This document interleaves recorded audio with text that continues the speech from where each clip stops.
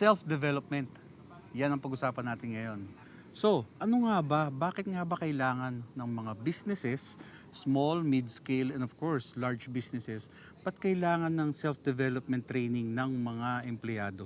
Share daw natin sa ating mga kaibigan. Okay. Sabi ng ating client, yung kanilang ginawa nitong recently lang, no? Okay. Na improvement sa kanilang business. Okay, so bakit nga ba, napaka-big question, ba't kailangan pang gastusan at importante ba talaga ang self-development ng ating mga empleyado o ang ating tinatawag na mga permanent na mga ating assistant kasamahan sa ating business? Okay, yun na nga. So sinabi ko na nga sa'yo na i-share nga natin sa kanila na nagkaroon tayo ng training, nag-conduct tayo ng training Yes. sa kanilang mga employees, particularly sa kanilang front of the house employees. Okay. Kasi number one nga natin yung training sa kanilang mga front of the house employees.